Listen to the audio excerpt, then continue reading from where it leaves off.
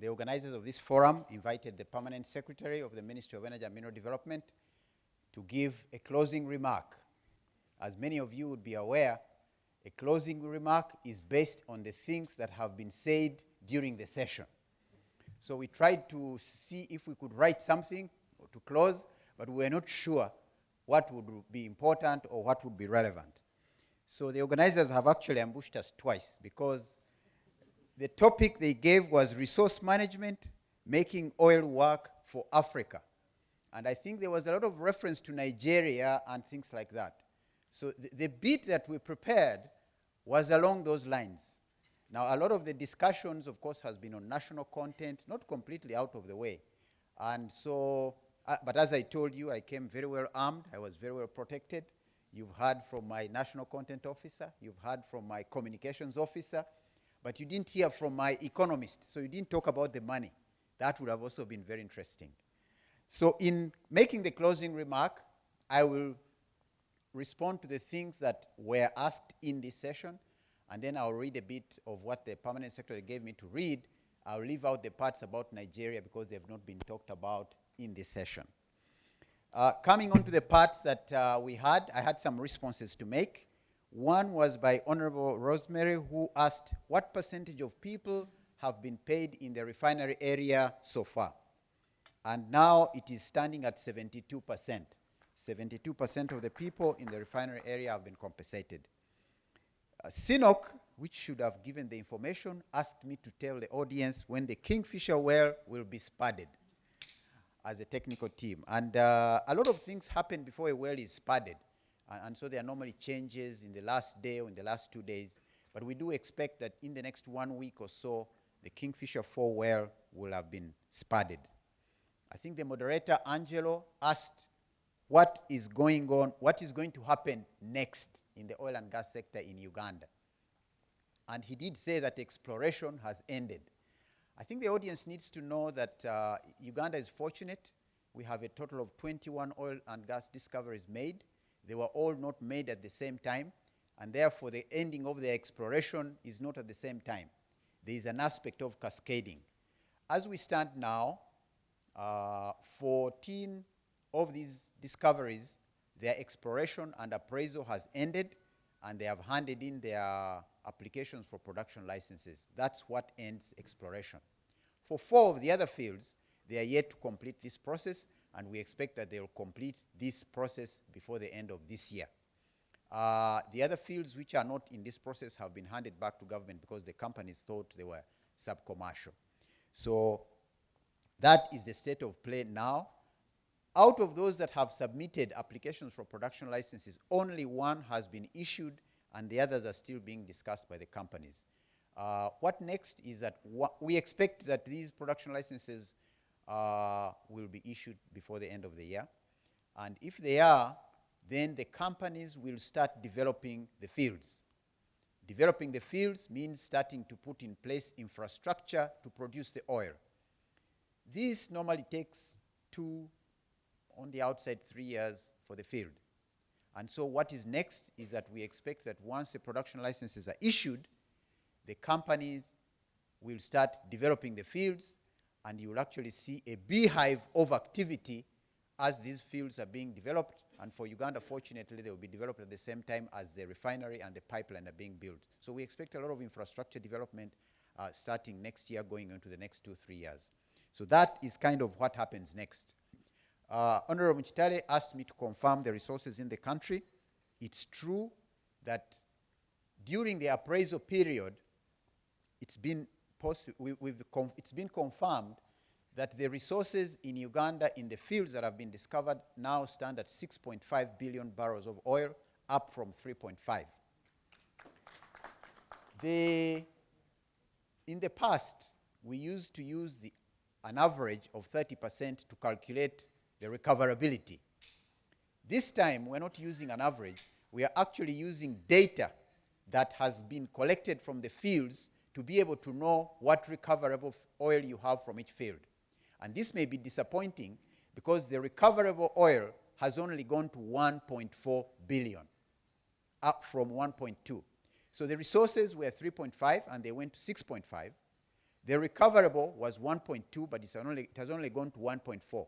And the reason for that is that the previous recoverability was calculated based on analogs, other fields in the world, and also that percentage. The recoverability now is being calculated using the information that has been captured during appraisal. That's why that appraisal period is very, very important, because it gives you an idea of how much resources you can recover. If you start developing and planning without doing appraisal, these are the kind of errors that you might run into. But the good thing is that the resources are now 6.5.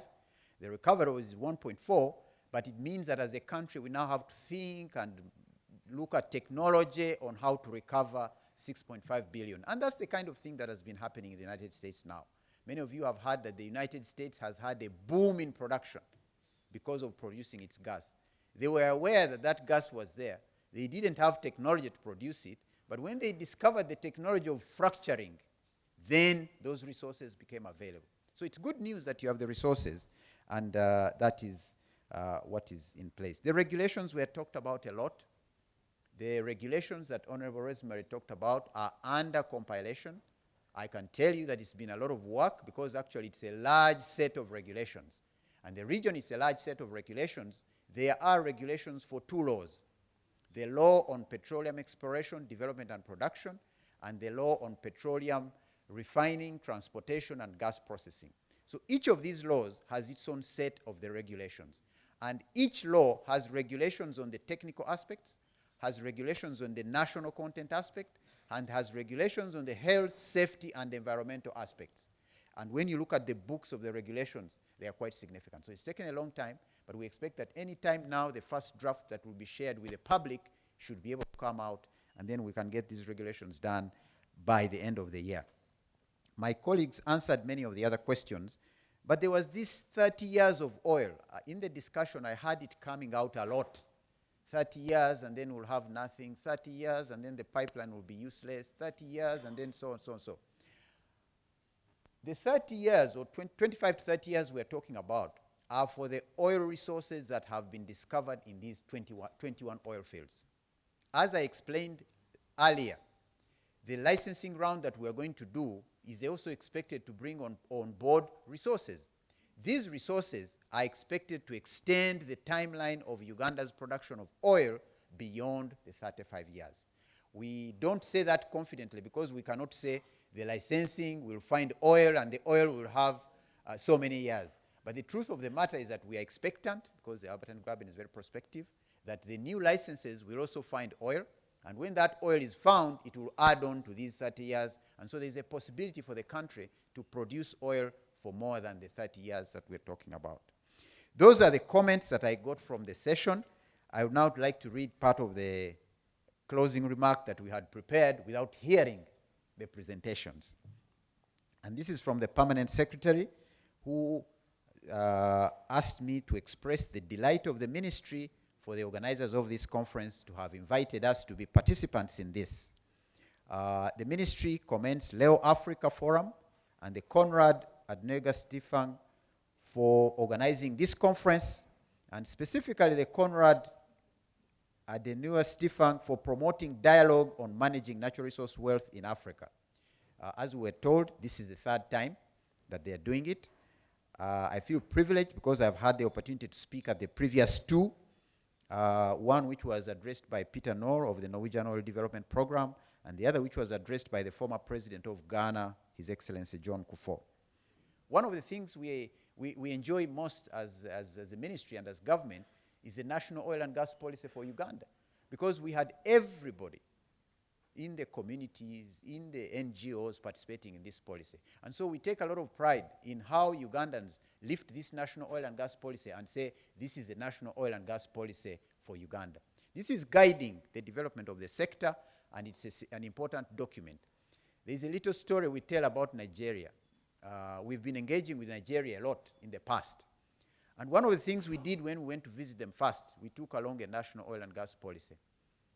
And the minister was meeting His Excellency, the President of Nigeria, and he said, Your Excellency, I would like to give you our policy. And the President of Nigeria said, you have started by challenging me and my country.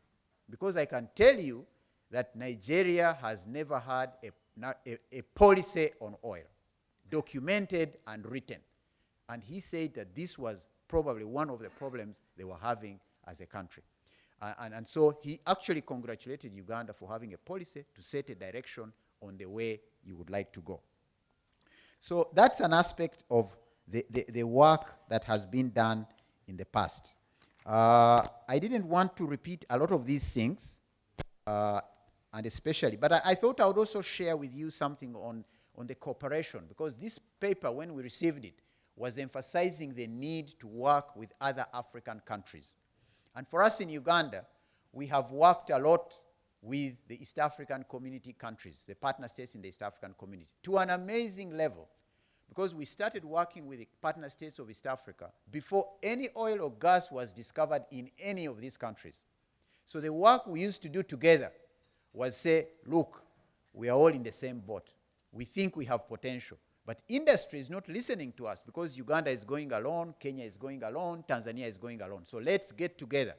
And we put together the East African Petroleum Conference, and the first conference was held in 2003. And I recall that it attracted about 100 people in Nairobi. And most people were saying, well, maybe, and things like that. Nobody had a discovery. Tanzania had some gas from Songo, but that also wasn't a very big story. We went on to 2005, it was held in Uganda. The oil companies came, I think there were about 300 people then. They said, why are 300 people in the oil industry sitting in Uganda, which has nothing to do with oil? But the effort was for East Africa. Now those conferences, the next one is in March, and actually I would like to invite all of you to attend it in March. It will be in Kigali. These conferences now attract thousands of people to the conference. But more importantly, Uganda has discovered oil, Kenya has discovered oil, Tanzania has discovered a lot of gas, and that's progress that has been achieved through working together. The next steps, of course, require working together even more. So the reason I brought this up is that East Africa does not need lectures on how to work together in the area of the oil and gas, because East Africa has already been working together in the sector of the oil and gas, especially in the exploration and promotion. We just need to emphasize that the working together that we did that time now needs to be enhanced as we do regional pipelines, as we do regional refineries, so that we grow as a region. So that's an aspect that my permanent secretary asked me to bring up, because when we looked in the paper, I think it was emphasizing the need to share experience with the other African countries. Of course, as Uganda, the ministry aspires to the highest standards in the oil and gas sector in the world. I would like to emphasize this and repeat it.